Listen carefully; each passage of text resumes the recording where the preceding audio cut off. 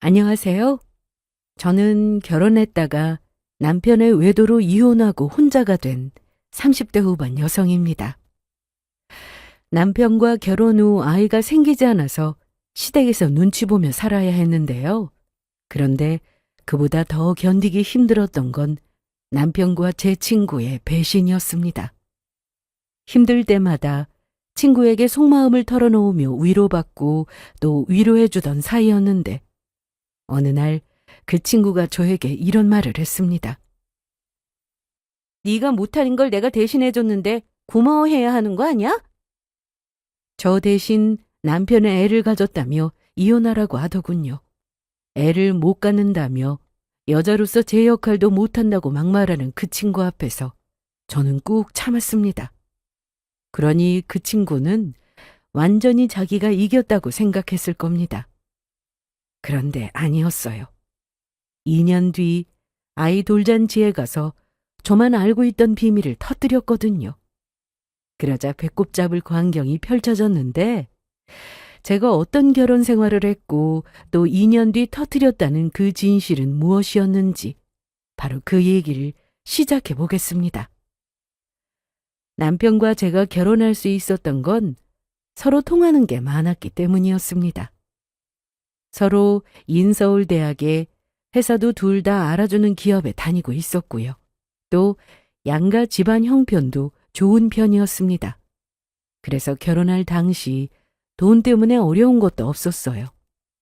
신혼집으로 좋은 아파트 얻어 결혼 생활 시작했고 친구들의 부러움을 한 번에 받으며 행복하게 신혼을 즐겼습니다. 그런데 저희 부부에게도 한 가지 고민이 있었으니 그건 바로 아이였습니다. 남편이나 저나 서로 건강해서 결혼하면 바로 애부터 생길 거라 생각했는데 그렇지 않았습니다. 처음에는 때 되면 생기겠지 싶었고 남편도 너무 바라는 눈치는 아닌 것 같아 마음 편히 기다려보자 싶었죠. 하지만 남편은 내심 아이를 바라고 있었습니다. 자기야, 뭘 그렇게 봐? 저기 봐봐. 애기 너무 예쁘지 않아? 어머, 정말 귀엽다. 걷는 것 좀 봐. 어쩜 신발도 저렇게 작지? 그러니까 참 예쁘다. 평일에는 둘 다 일하느라 바빠서 주말에는 꼭 둘이 시간을 보냈는데 외식하러 나갔다가 남편이 지나가는 아기를 보고 눈을 떼지 못하는 모습을 봤습니다. 그 모습을 보니 저도 내심 빨리 엄마가 되고 싶기도 했고요. 그런데 이건 원한다고 되는 게 아니었습니다. 하늘이 내려준다는 말이 괜히 있는 게 아니구나 싶더라고요. 저희 둘 다 회사에서 잘 나갔고 연봉도 적은 편은 아니라 먹고 사는 건 물론이고 운동도 하고 취미 생활도 즐기며 여행도 언제든 갈 수 있는 형편이었습니다. 그러니 아이가 생긴다면 부족함 없이 키울 자신도 있었는데 노력해도 안 되더라고요. 시댁에서는 당연히 손주를 바라고 계셨습니다. 남편은 그걸 이미 알고 있어서 혹시나 제가 스트레스를 받게 될까 싶어 미리 말씀을 드리기도 했습니다. 그래서 한동안 시댁에서 손주 얘기는 없으셨는데 시간이 지날수록 상황은 조금씩 달라졌습니다. 시댁은 아들만 셋이었는데 남편이 막내로 유일하게 결혼을 했으니 손주가 보고 싶은 건 어쩌면 당연했습니다. 잘 지내고 있어? 날씨 추운데 감기는 안 걸렸고? 네, 감기도 안 걸렸고 잘 지내고 있어요. 어머님은요? 나야 뭐 똑같지. 뭐 별일 없고? 어머님이 별일 없냐고 물으시는 건 정말 무슨 일이 없냐 이게 아니라 임신 소식을 물으시는 거였습니다. 대놓고 소식 없냐고 하면 좀 그러니까 저렇게 돌려서 말씀하시곤 했습니다. 네, 별일 없어요. 그래, 알았다. 무슨 일 있으면 바로 전화하고. 네, 어머님. 남편이 시댁에 말해놓은 게 있어서 어머님도 처음엔 저런 식으로 저를 배려해 주셨으나 이게 오래가지는 않았습니다. 집에서 시댁이 멀지 않아 자주 놀러 오셨는데 오실 때마다 늘 손주 타령을 하셨죠. 우리 집은 남자밖에 없어서 너무 삭막해. 꼭 그렇지만은 않던데요. 너야 어쩌다 한번 오니까 모르는 거지. 매일 얼굴 보고 살아봐라. 성우나 성민이 나이도 있는데 만나는 여자도 없고 결혼도 생각 없다고 하니 내가 누굴 보고 살겠어. 너네만 보고 사는 거야. 내가 무슨 말하는지 알겠지? 그저 우리 성찬이 쏙 빼닮은 여자애 하나 보고 싶어. 하루 이틀 듣는 말도 아니어서 그냥 한 귀래 듣고 흘려버리면 그만이었습니다. 저도 사람인데 시모가 이럴 때마다 신경이 안 쓰였겠어요? 그런데도 참을 수 있었던 건 바로 남편 때문이었습니다. 시모가 이럴 때마다 남편이 적극적으로 나서서 그러지 마시라 했거든요. 엄마, 그건 저희 부부 일이니까 저희가 알아서 할게요. 그래, 알았어. 그걸 누가 몰라? 그럼 난 이만 가볼게. 나올 거 없다. 그럼 조심히 가세요. 그런데 너, 네? 혹시 애 가지기 싫어서 일부러 피하고 그러는 건 아니지? 엄마! 알았어. 갈게. 가면 되잖아. 시댁에서 애 문제로 대놓고 저를 힘들게 하는 건 아니었으나 눈치가 보이는 건 사실이었습니다. 그래도 안 되는 걸 어떡합니까? 열심히 살다 보면 기적이라는 게 저희 부부에게도 찾아오지 않을까 하는 생각을 가지고 그렇게 살았습니다. 아이 없이도 저희 부부는 정말 잘 지냈습니다. 자기야, 준비 다 됐어? 응. 가스밸브 확인했고 코드 다 뽑았고 또 음식물도 버렸고. 됐어. 나도 다 확인했어. 얼른 가자. 남편은 주말이면 어떻게든 저와 시간을 보내려고 노력했습니다. 혼자 여행 계획도 잘 세웠는데 몇 번 캠핑을 다녀오더니 푹 빠져서는 캠핑 장비를 하나둘씩 사 모아서는 거의 주말마다 캠핑장 예약을 할 정도였죠. 일부러 애 안 낳고 사는 부부들도 많은 요즘인데 애 없이 살아도 남편과 이렇게 매주 여행 다니고 재미나게 사는 것도 나쁘지 않다고 생각했습니다. 남편은 집에서나 밖에서나 한결같이 가정적이었습니다. 밖에 나가면 오히려 저를 더 잘 챙겨줬어요. 설거지는 내가 할게. 뭘 밖에 나와서까지 해. 그냥 둬. 자기 벌레 무서워하잖아. 캠핑장은 아무리 좋은 곳을 가더라도 벌레가 있기 마련인데 제가 작은 벌레도 혼자 못 잡을 정도로 무서워하는 걸 알고 늘 저런 식으로 배려해주는 남편이었습니다. 그런데 결혼 전엔 사실 몰랐어요. 결혼하면 당연히 애 낳고 애 키우며 사는 거라고 생각해서 저보다 먼저 결혼한 친구들에게 애는 언제 가질 거냐고 물어보는 게 이상하지 않았는데 막상 저희 부부가 그런 질문을 받으니 어떻게 대답해야 할지 모르겠더라고요. 캠핑장에서도 저희 부부를 보고는 나이 드신 분들께서 젊은 부부가 사이가 참 좋아 보이네. 감사합니다. 그런데 애는 없어? 아, 네. 애까지 있으면 딱인데. 얼른 애부터 가져. 결혼했으면 애 낳고 키우고 해야지. 요즘 뭐 애 일부러 안 낳는 딩크니 뭐니 그런 사람들 많던데 그런 건 아니지? 가족도 아니고 전혀 모르는 사람들에게 이런 질문을 받으니 이게 또 은근히 스트레스였습니다. 그래도 가정적이고 저만 위해주는 남편이라면 무슨 말을 듣던 간에 한평생 행복하게 살 수 있을 거라 생각했어요. 그런데 제가 아주 단단히 착각을 했습니다. 일편단심인 줄로만 알았던 남편이 바람을 피웠거든요. 부부 사이가 나빴던 것도 아니라서 저 모르게 바람을 피웠다는 사실에 배신감이 크게 몰려왔습니다. 충격도 컸지만 무엇보다 용서할 수가 없었습니다. 처음에는 상대가 누군지 정확히 몰랐습니다. 평소처럼 퇴근 후 집에 왔더니 남편은 세탁기 돌려놓고 청소기를 밀고 있었습니다. 제가 집에서 회사까지 거리가 멀어서 출퇴근하는데 피곤하다며 집안일을 유독 남편이 더 많이 하려고 했거든요. 거기다 제가 몸이 좀 찬 편이라 따뜻한 보리차도 늘 새로 끓여놨습니다. 이날도 평소와 다르지 않았어요. 자기야, 나왔어. 왔어? 고생했다. 얼른 씻어. 나 여기만 청소하면 끝나. 알았어. 고마워. 씻고 나왔더니 남편은 보리차를 따뜻하게 데워서 식탁 위에 올려뒀고 이날이 금요일이어서 영화 한 편 보고 자자며 TV 채널을 돌리고 있었습니다. 뭐 재미있는 거 해? 글쎄, 별로 없네. 응? 어디서 진동 오는데? 자기 전화 아니야? 잠깐만. 남편은 전화를 받으러 안방으로 들어갔는데 핸드폰을 그냥 들고 나왔습니다. 전화 끊겼어? 아니야. 영화 뭐 볼 거 없나? 아니면 우리 드라마 볼까? 좋지. 그런데 또 진동이 울렸습니다.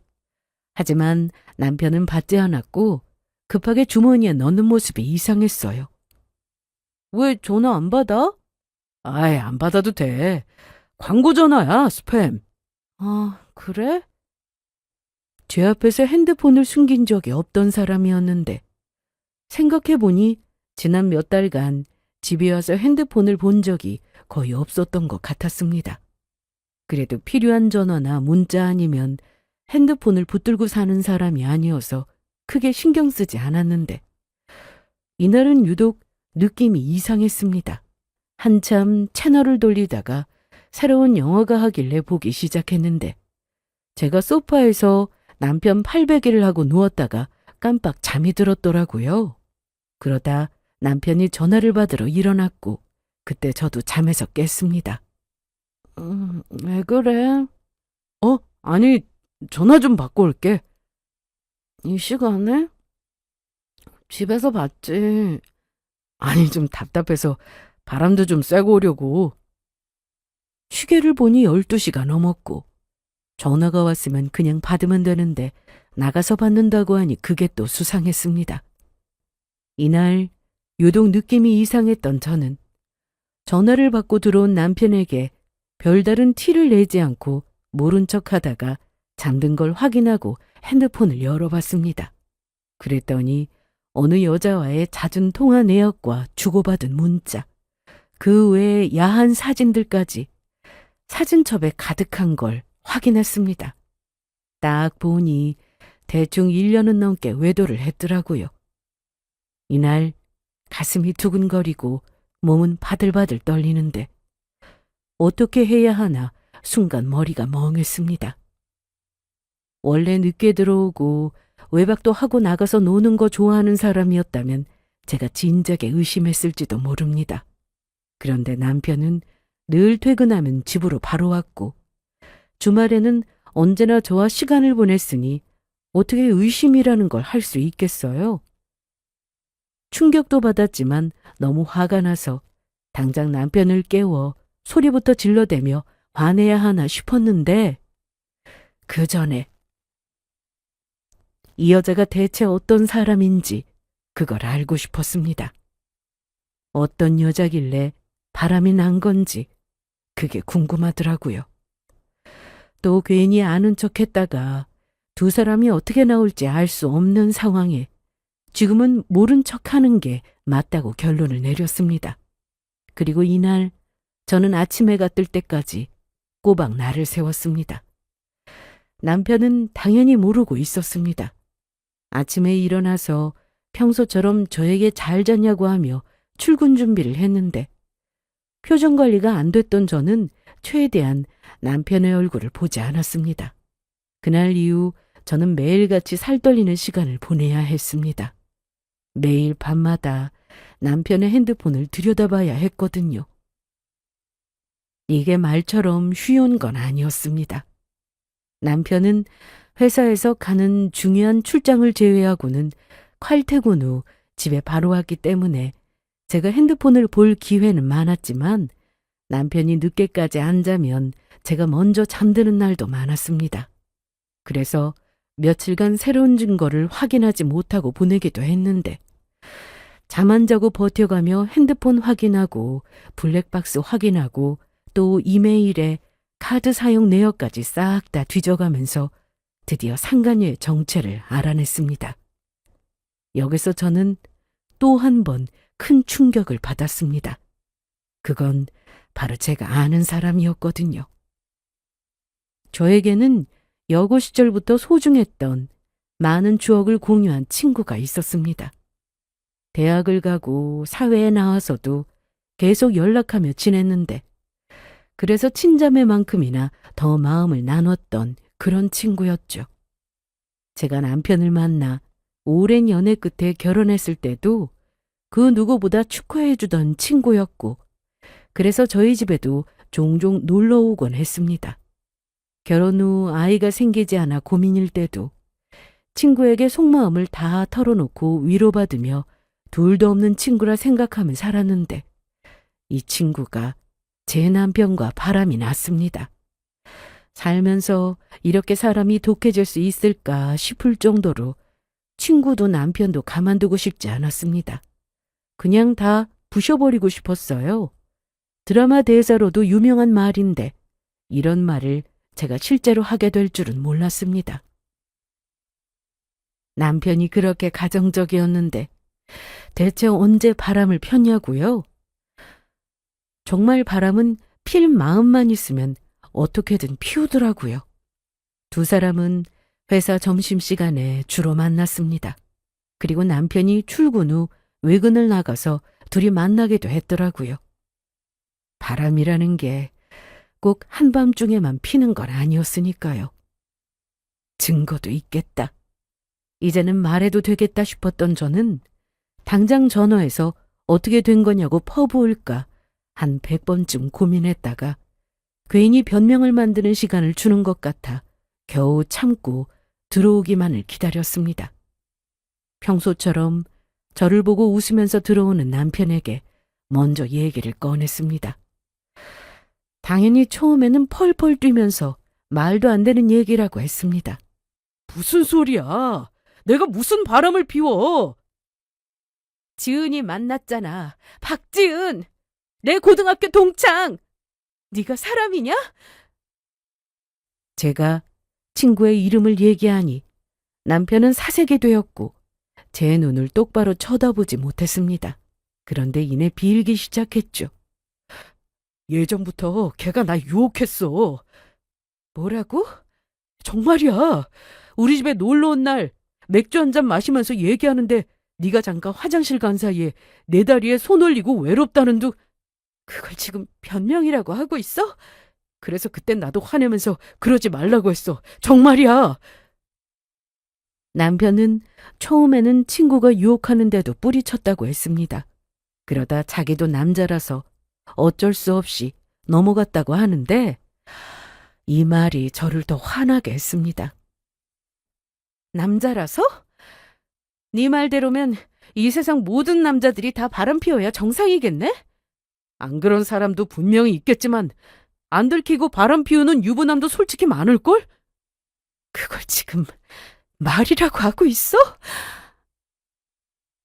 이 심각한 상황에 저렇게 입을 나불거리는 게 꼴보기 싫었습니다. 그런데 남편은 저렇게 말하면서도 내가 인정할게. 잘못했어. 그래서 너한테 늘 미안한 마음 가지고 살았다고. 그러니까 용서해주라. 어? 몸은 비록 넘어갔지만 내 마음만큼은 자기한테 있었다고. 이번에 용서해주면 앞으로 다시는 실수하지 않을게. 어? 나 지금 우리 가정 깰 마음 없어. 진심이야. 이날 남편은 자신의 모든 걸 걸고 맹세한다고까지 했습니다. 그렇다고 그동안 바람 피운 게 없어지는 건 아니었습니다. 제 속만 타들어갈 뿐이었죠. 그동안 아무것도 모르고 어디 가서 남편 자랑하며 다녔고, 주말이면 외식하고 저 위해주는 모습 보면서 이런 사람이 세상에 또 있을까 싶은 생각에 애는 없어도 남편복은 있구나 생각했습니다. 그런데 멍청하게도 그간 이 사실을 전혀 모르고 살았으니 그게 너무 화가 나고 앞으로 이 사람을 전과 같은 마음으로 대할 수 있을까 싶었습니다.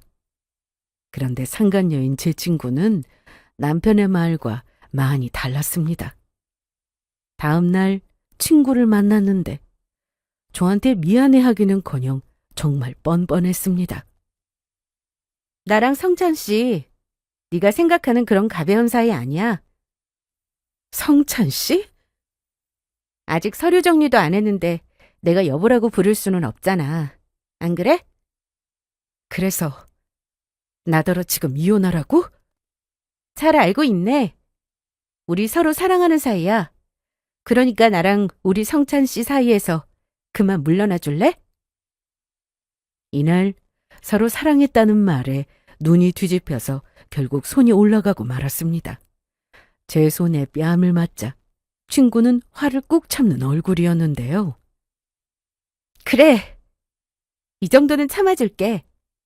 그런데 여기서 더 이상 선 넘지 마. 그땐 나도 가만히 있지 않을 거니까. 내 남편은 너랑 정리한다고 하던데? 글쎄, 그게 과연 가능할까? 뭐? 네가 아무리 그래봐야 소용없어. 우리 절대 못 헤어지니까. 두고 봐. 뭔가 믿는 구석에 있는 사람처럼 정말 뻔뻔했는데요. 열받은 저는 이날 집이 아닌 시댁으로 갔습니다. 가서 다 말했어요. 너 지금 뭐라고 했어? 우리 아들이 바람이 났다고? 그게 정말 사실이야? 네. 두 사람한테 다 확인했어요. 그러니까 저 이혼할게요. 안 돼! 무슨 이혼이야! 시어머니는 평소 손주를 바라면서 저에게 눈치도 주고 서운함도 내비치곤 하셨지만 이날만큼은 그래도 제 입장에서 말씀해 주시더군요. 이혼하고 싶다며 눈물까지 보이자 시모는 제 손을 꼭 잡고는 내가 걔 절대로 가만 안 두마. 어떻게든 둘이 떼어놓을 테니까 이혼 생각하지 말어. 너 어디야 임마? 당장 안 와? 유진이 두고 어디서 바람을 피워 이 자식아? 아버님은 남편에게 당장 오라고 전화를 하셨고 어머님은 제 옆에서 손을 놓지 않고 대신 사과한다며 미안하다고 계속 말씀하셨습니다. 그리고 잠시 뒤 남편이 시댁에 도착했고 오자마자 아버님께 한 대 맞기까지 했습니다. 너 이게 사실이야? 어? 여보, 말로 해요. 때린다고 뭐 달라져요. 정리할게요. 하겠습니다. 아이고 세상에. 어떻게 네가 바람을 피워? 유진이한테도 말했어요. 정리한다고. 내가 지금 박지은 만나고 오는 길인데 너랑 절대 못 헤어지겠대. 너랑 서로 사랑해서 나더러 빠져달라고 하던데? 무슨 소리야? 내가 다 책임질게. 그런 말 듣지 마. 이날 시부모님 앞에서 남편은 무릎까지 꿇어가며 잘못했다고 했고 하루빨리 정리한다는 말도 했습니다. 그런데 정리하고 돌아온들 제 마음이 좋을 리 없었습니다. 이미 상처를 받을 대로 받은 상태인데 저는 당연히 이혼할 생각을 하고 있었습니다. 남편은 이날 이후로 집에 들어오면 눈치껏 행동했습니다. 손뼉도 마주쳐야 소리가 나듯 친구만 나쁜 게 아니라 제 남편도 똑같았습니다. 그래서 잘못했다고 빌어도 결국에는 이혼할 생각이었어요. 하지만 상간녀 소송을 하고 남편과의 이혼은 일부러 최대한 미루려고 했습니다. 제가 당장 이혼을 안 하고 버티려고 했던 건 친구가 남편과 헤어질 생각이 없다고 하는 이 상황에 제가 이혼해주면 둘은 다시 좋다고 만날 것 같았거든요. 그런데 이혼을 하고 안 하고 상관없이 둘은 여전히 잘 만났습니다. 특히 남편은 제 앞에서는 다시는 만나지 않는다고 하고 연락도 안 한다고 해놓고 뒤에서 몰래 만났습니다. 둘이 만날 때마다 친구가 저에게 문자를 보내왔는데 그게 증거가 될 거라는 생각은 못했는지 심지어 인증샷이라며 사진까지 보냈습니다. 오늘도 네 남편 나 만나러 왔어. 그리고 얼마 뒤 더 충격적인 일이 벌어졌습니다. 소송에서 불륜녀 만들고 나면 둘 사이도 멀어지겠지 싶었고 저도 미련 없이 이혼하려고 했는데 어느 날 친구가 만나자고 연락이 와서 나가보니 상상도 못할 얘기를 했습니다.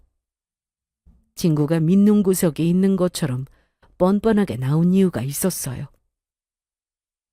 더는 연락하는 일 없을 테니까 마지막으로 한 번만 나와달라고 하길래 퇴근하고 약속 장소로 나갔습니다. 무슨 일이야? 아직도 못 헤어지겠다. 이런 말 하려고 불렀어? 그랬더니 친구가 입꼬리를 올리며 제 앞에서 미소를 짓더라고요. 그게 참 기분이 나빴습니다. 너한테 보여줄 게 있어서 불렀어? 뭔데? 그러면서 가방 안에서 뭔가를 꺼내 테이블 위에 올려뒀는데 그건 바로 초음파 사진이었습니다. 뭐야 이게? 참, 넌 임신 안 해봐서 모르겠구나. 이게 뭐냐 하면 너 설마 임신했어? 성찬 씨 애야. 저 말을 듣는데 너무 기가 막혔습니다. 뭐라고? 누구 애? 네 남편 애라고. 이런데도 이혼 못하겠다고 계속 버틸 거야? 이미 성찬 씨한테 다 말했어. 그리고 어머님 아버님도 만나고 왔는데 나더러 아들만 낳아주면 재산 다 준다고 하시더라. 그러니까 더 버텨도 소용없고 이제라도 조용히 짐 싸서 그 집에서 나가. 시댁 재산이 모두 자기 차지가 될 거라며 대놓고 제 앞에서 좋아하던 그 표정을 아직도 잊을 수가 없었습니다. 확실해? 그럼 확실하지. 이제 이혼해야겠다 생각이 드니? 왜 말이 없어? 네가 못하는 걸 내가 대신해줬는데 고마워해야 하는 거 아니야? 이날 너무 기가 막혀 친구의 얼굴을 빤히 쳐다봤더니 야, 얼굴 뚫어지겠다. 고맙다는 말은 됐고 하루빨리 서류 정리 좀 부탁할게. 그래, 알았다. 그렇게 대답하고 먼저 일어나 나왔습니다. 그리고 집에 왔는데 남편의 얼굴을 보니 심각한 표정을 하고 있었습니다. 저기 유진아, 임신했다며? 미안해. 그런데 어쩔 수 없잖아. 키워야지. 너는 나 없어도 잘 살겠지만 걘 뭐. 혼자서 애 키우게 할 수는 없잖아. 미안하다 유진아. 나한테 미안해할 거 없어. 안 그래도 너랑 이혼할 생각이었거든. 제가 한바탕 또 난리를 칠 줄 알았는데 너무 아무렇지 않게 대답을 해서 그런지 남편은 옆에서 더 불안해 보였는데요. 지금 뭐 하는 거야? 짐 싸잖아. 나만 빠져주면 되는 거 아니야? 그냥 둬. 내가 나갈게. 뭐? 이 집에서 너 계속 살아. 너 줄게. 차도 필요하면 너 쓸래? 같이 돈 보태 얻은 집 주면서 생색내는 것도 우습고 마음은 준 적 없다면서 변명해놓고 이제와 세상 둘도 없는 사랑꾼인 척하는 것도 가증스러웠습니다. 이미 상처받고 정 떨어졌지만 그나마 남은 정도 다 떨어져 저도 결국 이혼하자고 했습니다. 제가 돈이 없는 것도 아니고 집이야 친정에 들어가거나 새로 얻으면 그만이었어요. 그런데 준다고 하는데 안 받을 이유도 없었습니다. 상간녀인 제 친구가 좋은 건지 애가 생겨 좋은 건지 남편은 하루빨리 그 친구와 가정을 꾸리고 살고 싶어 했는데요. 다음 날 시모는 아침 일찍부터 전화를 하셨고 받자마자 이혼 얘기부터 하셨습니다. 그렇게 이혼은 안 된다고 자기 아들하고 어떻게든 살라면서 상간녀 혼주를 내준다고 하시더니 손주가 좋긴 한가 보더라고요. 얘기 들었지? 네. 애는 죄 없잖아. 안 그래? 넌 모르겠지만 임신하면 배 금방 불러온다. 처녀가 애 가졌으니 어떻게든 빨리 데려와야 하는 게 맞는 거고. 그러니까 네, 이혼할 거니까 걱정하지 마세요. 그래, 똑똑하니까 말귀는 바로 알아듣는구나.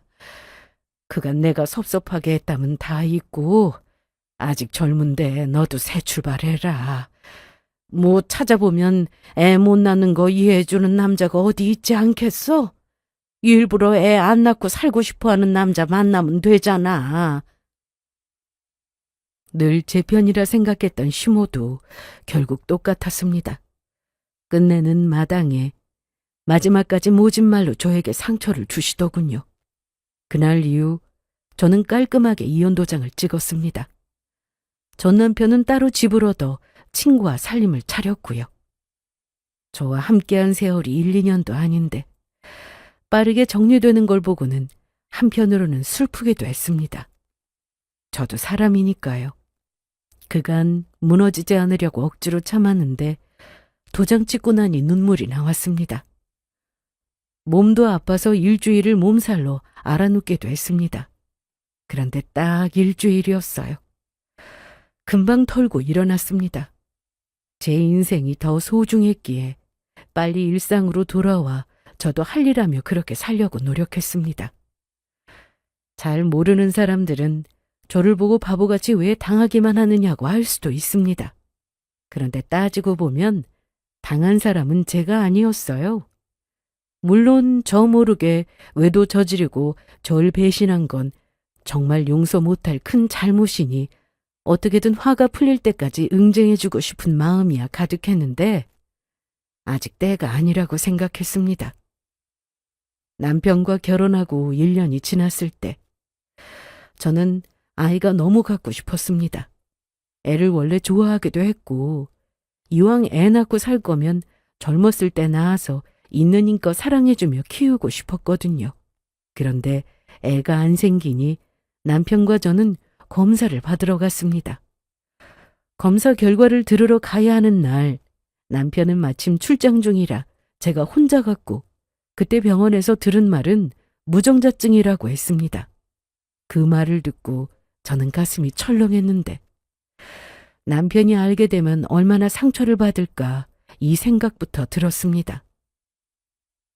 인터넷으로 검색해보니 무정자증 진단을 받고 충격받은 남편이 한동안 말도 안 하고 우울증에 걸린 사례도 있다는 글을 보고 차마 남편에게 말할 수가 없었습니다. 출장에서 돌아온 남편이 검사 결과에 대해 물었을 때 둘 다 괜찮대. 거봐, 내가 이상 없을 거라니까.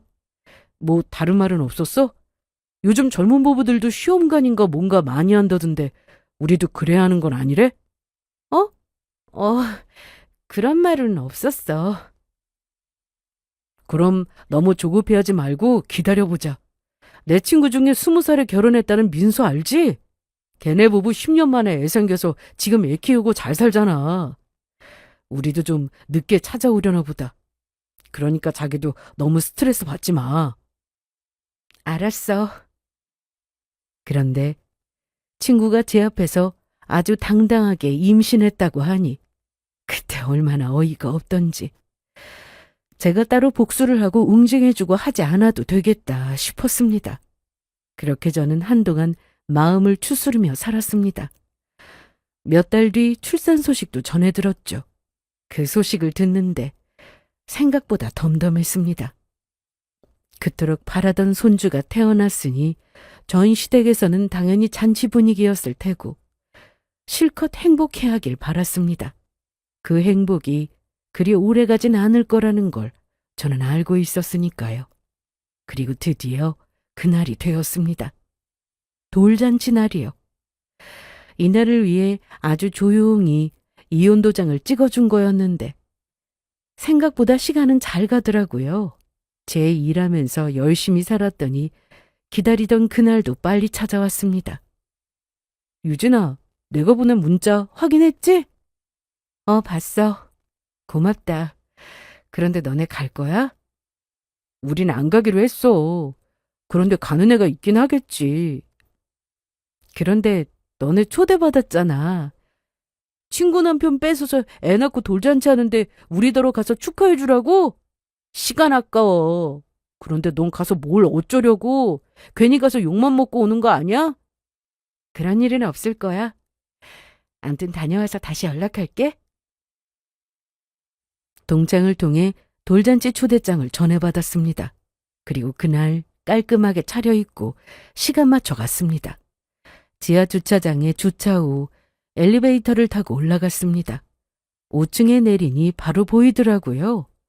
손님도 많았고 다들 정신이 없어 보였는데 그러다 보니 전 남편도 상간녀인 그 친구도 제가 왔다는 사실을 전혀 모르고 있었습니다. 그래서 조용히 다른 손님들 사이에 섞여 뒤쪽에 자리 잡고 앉아서 잔치를 구경했습니다.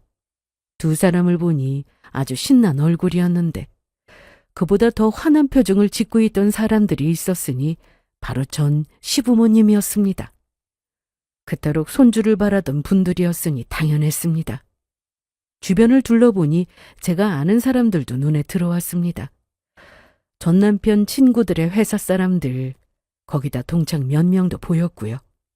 이날 무슨 퀴즈 맞추기도 하고 돌잡이도 하고 다들 한껏 기분이 업된 상태였는데요. 그럴수록 좋았습니다. 가장 행복할 때 그 행복을 깨고 싶었거든요. 더도 말고 덜도 말고 제가 당한 만큼 똑같이 느끼게 해주고 싶었습니다. 그리고 잠시 뒤 두 사람은 애를 안고 손님 테이블을 돌면서 인사를 하러 다녔는데 제가 있는 쪽으로 오다가 전 남편과 눈이 딱 마주쳤습니다. 놀랐는지 급하게 제 앞으로 와서는 조용히 얘기했습니다. 뭐야 너 여기 어떻게 왔어? 직접 운전해서 왔지. 그런데 너 되게 행복해 보인다? 엄마 아빠 보시기 전에 빨리 가. 싫어. 이왕 왔는데 인사는 하고 가야지. 전 남편이 저와 얘기하고 있으니 상간녀도 제 쪽으로 와서는 저를 보고야 말았는데요. 자기야 여기서 뭐해? 저기 손님들이 기다리고 있는데. 어머, 이유진. 네가 어떻게 여기 있어? 어떻게 알고 왔어? 잘 지냈니? 뭐 보니까 잘 지낸 것 같네. 딸이구나. 예쁘네. 그런데 이상하다. 원래 첫 딸은 아빠 닮는다고 하던데. 하나도 안 닮았네? 얘 뭐라는 거야. 다들 우리 여보 닮았다고 하는데. 그래? 유진아, 나가자. 일단 여기 너 아는 사람들도 많은데 모양새가 좀 그렇잖아. 그래, 알았어. 갈게. 그런데 여기까지 왔는데 그래도 너희 부모님께 인사는 좀 하고 가자. 아니, 뭐하러? 그런데 제가 굳이 인사를 드리러 가지 않아도 전 남편 부모님이 제 쪽으로 오셨습니다. 아니, 저쪽에서 보고 설마 했는데 정말 많네. 안녕하셨어요? 그래, 너도 잘 지냈지? 그런데 정말 대단하세요. 무슨 소리야 그게? 친손주도 아닌데 이렇게 잔치까지 열어주시고. 친손주가 아니라니. 너 애 못 낳는다고 이렇게 심보 못되게 굴면 못 써. 아무리 이혼했어도 우리 성찬이가 가정거리고 애까지 낳고 사는데 행복은 빌어주지는 못할 망정 잔치날 와서 이렇게 해야겠어? 너 왜 그래? 그만하고 가. 이혼했는데 찾아왔으니 당연히 이상한 사람 취급을 받았습니다. 다들 가라고 난리였는데 더 있으라고 붙잡아도 갈 참이었습니다. 안 그래도 가려고 했어. 참, 내가 이거 주려고 온 거였는데. 그때 나도 정신이 없어서 못 줬거든. 뭔데? 빨리 주고 가. 결혼 생활을 유지하고 있을 때 병원에 가서 검사고 받은 결과지가 담긴 봉투를 전 남편에게 건넸습니다. 그런데 그 자리에서 바로 열어본 전 남편은 크게 놀라면서 저한테 무슨 수작이냐고까지 했는데요. 난 병원에서 받은 서류 그대로 가지고 온 건데 무슨 수작이냐니. 이걸 내가 계속 가지고 있을 필요는 없잖아. 그리고 너한테 꼭 필요할 것 같아서 가져왔는데. 서류는 그 자리에 있던 전 시모와 시부 그리고 상간녀까지 모두 확인했는데. 그러니까 내 아들이 무정자증이라고? 거기 적힌 그대로입니다. 그럼 내 손주가 아니라는 말이야? 아니에요, 어머님. 성찬 씨 맞아요. 야, 이효진, 남의 자친구라서 이게 지금 뭐 하는 거야? 그렇게 자신 있어? 무정자증이라고 해도 요즘 기술 좋아서 임신 가능한 거 몰라? 맞아, 가능하지. 그런데 자연임신은 거의 희박하지 않을까? 심지어 네 남편은 병원에서 시술을 하더라도 어려운 케이스라 애는 포기하고 살아야 한다고 했는데? 너 이거 진짜야? 못 믿겠으면 그 병원 가서 직접 물어봐. 네가 어떤 상태인지. 그리고 이왕이면 친자검사도 한번 해보고. 확실한 게 좋잖아? 그럼 난 전해줄 거 전해줬으니 이만 가볼게. 당연히 이날 전 남편의 가족들은 물론 상간녀까지 한바탕 난리가 났습니다. 손님들이 많은 상황에서 전시모가 머리를 잡고 바닥에 주저앉았고 상간녀는 해명하게 바빴습니다. 어머님, 제 말 듣지 마세요. 너 정말 아니지? 당연하죠. 성찬 씨에 맞다고요. 자기도 나 못 믿어? 왜 말을 안 해? 그로부터 한 달쯤 지났을까요? 전 남편이 저를 찾아왔습니다. 퇴근 후 집에 오는 길에 전 남편을 마주쳤고 사실 만나서 할 얘기도 없고 그러고 싶지도 않았는데 잠깐만 시간을 내달라고 하더군요. 무슨 얘기를 할지 대충 짐작은 됐습니다. 무슨 일인데? 전 남편은 갑자기 크게 한숨을 내쉬었습니다. 그러면서 하는 말이 나 벌 받는 것 같다. 이 말에 대꾸도 안 하고 쳐다보니 진자검사 했는데 아니래. 내 자식이 아니래. 그때 네 말 듣고 검사라도 해봤더라면. 이혼하기 전 상간녀가 임신했으니 책임지고 키우겠다는 말에 제가 몇 번이나 물어봤었습니다. 정말 확실하냐고 말이죠. 그랬더니 무시하고 빨리 이혼하자고 한 건 전 남편이었죠. 온전한 가정 망치고 너는 멀쩡하게 행복하게 살 줄 알았냐? 후회하고 있어. 진심으로. 후회하지 마. 네가 선택했잖아. 그리고 후회라는 건 인간만 하는 거 아니야? 너는 인간도 아니니까 후회라는 말 입에 담지도 마. 이날 전 남편이 고개 숙이고 눈물까지 보이는데 저는 바로 일어나 집으로 왔습니다. 그 애가 전 남편의 자식이든 아니든 가정은 이미 오래전에 깨졌고 다시 재결합할 만큼 저 멍청하지도 그럴 마음이 남아있지도 않습니다. 한 번 쓰레기는 영원한 쓰레기잖아요. 사람은 절대 쉽게 변하지 않는다는 말을 믿기 때문에 전 남편이 한때 저에게 정말 잘하고 착한 사람이었던 건 맞지만 다시 잘해보고 싶은 마음은 당연히 남아있지도 않았습니다. 저는 그 당시 잠시 미뤄뒀던 상간녀 소송도 바로 시작했습니다. 그때 바로 했어도 됐지만 제가 받은 상처가 너무 컸기에 때를 기다렸습니다. 남편의 외도에 충격받은 것도 모자라 상간녀인 그 친구가 저한테 애를 못 갖는다고 여자로서 제 역할도 못한다는 막말까지 들었는데 사실이 아니더라도 이런 말은 함부로 하면 안 되는 거잖아요.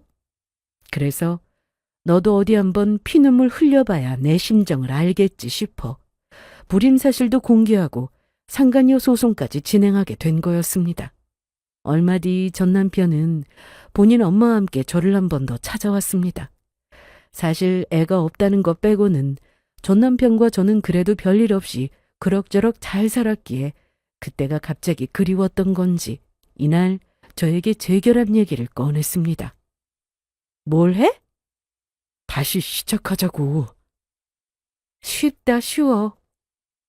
다른 여자 만나고 싶으면 만나고 애 생겼다고 하니까 이혼하고. 그런데 이번엔 친자식이 아니라고 하니 다 버리고 나랑 다시 재결합하자? 원래 자리로 돌아가자고 하는 거잖아. 내가 다 돌려놓을게. 설마 내 자리가 네 옆이어야 한다는 거야?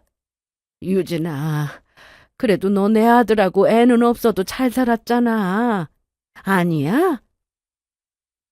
혹시나 그쪽 아들이 애 못 갖는다는 거 알게 되면 상처받을까 싶어서 모르게 하려고 애쓰면서 살았는데 오히려 눈치는 제가 보며 살았죠. 저한테 원인이 있다고 생각하고 사셨잖아요. 아니에요? 뭐?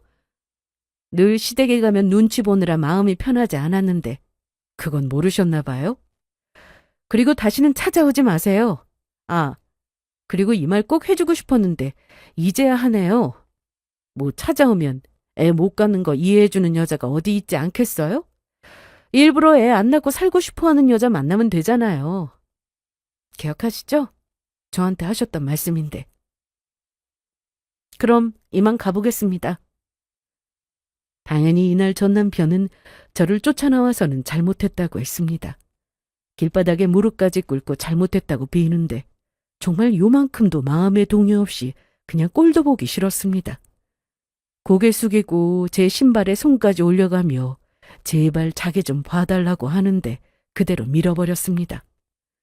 뒤로 나뒹구는 모습이 어찌나 우습고 한심해 보이던지.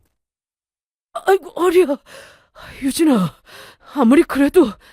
왜? 아프냐? 나는 얼마나 아팠을 것 같아? 차라리 다쳐서 상처라도 생기면 약 바르면 그만이지. 내 속은? 썩어 문드러진 내 속은? 그 길로 대꾸도 안 하고 돌아왔습니다. 뒤돌아가는 중에도 제 뒤에서 잘못했다고 울부짖는데 그러던지 말던지 무시했습니다. 그날 이후 빠르게 상간녀 소송도 시작했습니다. 저에게 애를 못 낳는다고 대신 남편 애를 가졌으니 고마워라는 그 말이 아직도 생생히 기억이 나는데요. 제가 받은 걸 그대로 돌려주고 싶었고 한 번에 무너지는 모습을 보고 싶어서 여태까지 참았는데 역시나 아주 좋은 선택이었습니다. 상간녀가 낳은 아이는 전 남편의 호적에 올라간 상태라고 했는데 호적 정리하는 것도 여간 복잡한 게 아니라고 하더라고요. 심지어 아들은 아니지만 그래도 손주를 낳아줬으니 재산도 일부 받았다고 들었는데 전 시댁에서는 그 재산 되찾으려고 무슨 소송을 준비한다는 말도 들었습니다. 하지만 그건 역시 쉬워 보이진 않았습니다. 여기서 이 표현이 맞는지 모르겠지만 저는 오랜 수건을 끝낸 것 같이 아주 후련했습니다. 몇 달 뒤 상간녀 소송이 끝나고 판결문까지 받아냈거든요. 그리고 얼마 뒤 동창을 통해 상간녀와 전 남편에 대한 얘기를 전해 듣게 되었습니다. 박지은 걔 집에서 쫓겨난 거 알아? 그래? 뭐 친자식 아니어도 여태 자기 자식처럼 키워놓고 어떻게 내칠 수 있냐면서 동네 시끄럽게 싸웠다고 하던데. 그래서 동네 주민이 경찰까지 불렀다고 하더라? 세상에. 그런데 넌 우리한테 어떻게 그런 걸 얘기도 안 하냐? 난 진짜 네 전남편 자식인 줄 알았잖아. 뭐 자랑이라고. 그리고 그땐 이혼 전이라 결국 내 남편 불임인 것도 말하게 되는 꼴이니까. 이날 동창으로부터 상간녀인 그 친구에 대한 얘기를 하나 더 들은 게 있었는데요. 그런데 너 그거 아냐? 뭘? 박지은 걔가 고등학교 때부터 너 엄청나게 부러워했던 거. 대충 알기는 했어. 내가 뭐만 했다 하면 따라했으니까. 싫지 않았어? 싫을 게 뭐야. 나한테 친하게 지내고 싶다고 다가와서 잘해줬는데. 그래서 그땐 그냥 내가 너무 좋은가 보다 생각하고 말았던 거지. 하지만 그냥 좋아해서 부러워만 한 건 아니라고 했습니다. 말 전하는 것 같아서 나도 그냥 모른 척 했는데 걔가 그렇게 뒤에서 널 시기 질투하고 못된 말하고 다녔다는 거 이제는 말해도 될 것 같아서 해주는 거야. 어? 네가 결혼한다고 했을 때도 지은이 걔가 넌 무슨 복이 터져서 저렇게 좋은 남자 만나 결혼하냐고 그런 말도 했었대. 거기다 이건 나도 들은 건데 뺏고 싶다고 그런 말도 했단다. 뺏고 싶다는 게 설마 전 남편 말하는 거야? 그래. 암튼 그 말 들은 친구가 그땐 설마 했는데 이번 일 터지고 나서 생각해보니까 정말 무서운 애라고 하더라고. 아직도 정확히는 모르겠습니다. 모든 걸 계획하고 계속 제 옆에서 친한 친구인 척 관계를 유지하고 있었는지, 자기도 한순간의 감정 때문에 그렇게 된 건지 모르지만 가정 있는 남자 꼬신 여자나 꼬신다고 넘어간 남자나 둘 다 쓰레기임은 분명했습니다. 그날 이후 두 사람의 소식은 전혀 모릅니다. 동창에게도 더는 전하지 말라고 했고 저도 제 인생 사느라 더는 관심이 없었고요. 정말이지 막장 드라마에서나 볼 법한 일을 직접 겪어서인지 살면서 이보다 더 힘든 일이 생기더라도 얼마든지 이겨낼 수 있을 것 같다는 생각이 듭니다. 저는 사람과의 관계에서 신뢰보다 중요한 건 없다고 생각합니다. 이건 부모 자식 간에도 그렇고 친구는 물론 사회생활을 하는 데 있어서도 기본 중에 기본이잖아요. 특히 결혼을 했으면 부부간에 서로 믿음이 있어야 하는데 이게 깨지니 정말 아무 소용이 없더라고요. 제가 다시 결혼할 수 있을지는 모르지만 당장은 그럴 계획도 생각도 없었습니다. 누군가에게 온전히 제 마음을 주는 건 쉬운 일이 아니니까요. 그래서 요즘 저는 제 인생에만 집중하며 살고 있습니다. 혼밥은 한 번도 해본 적이 없었는데 이혼 후 혼자 식당 가서 밥 먹는 것도 해보고 얼마 전에는 부산으로 혼자 여행도 다녀왔습니다. 혼자라고 하면 외롭지 않냐 하시는 분도 계시겠지만 솔직히 너무 편하고 행복합니다. 그리고 저에게는 언제나 묵묵히 뒤에서 지켜봐 주시는 부모님이 계시는데 전혀 외롭지 않습니다. 앞으로도 제 일 열심히 하고 한 번뿐인 인생 후회 없이 재미있게 살아갈 테니 응원 많이 해주세요.